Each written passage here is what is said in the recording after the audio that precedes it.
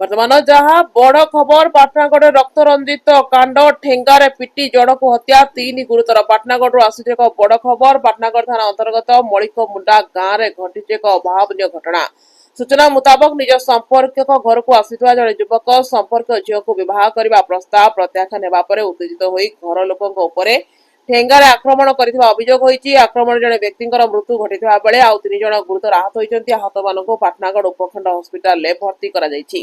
घटना पर अभियुक्त फेरार थिबा सूचना मिली। पाटनागढ़ पुलिस घटनास्थल पहुंची मामलार तदंत जारी रखिछि।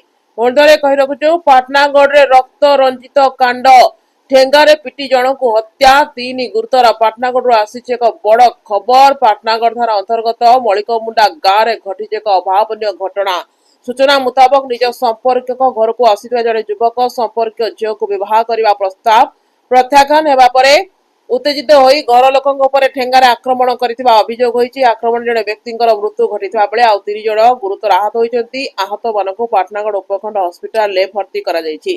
घटना पर अभियुक्त फेरार थिबा सूचना मिली। पाटनागढ़ पुलिस घटनास्थल पहुंची मामलार तदंत जारी रखिछि। Bureau report Mirza news.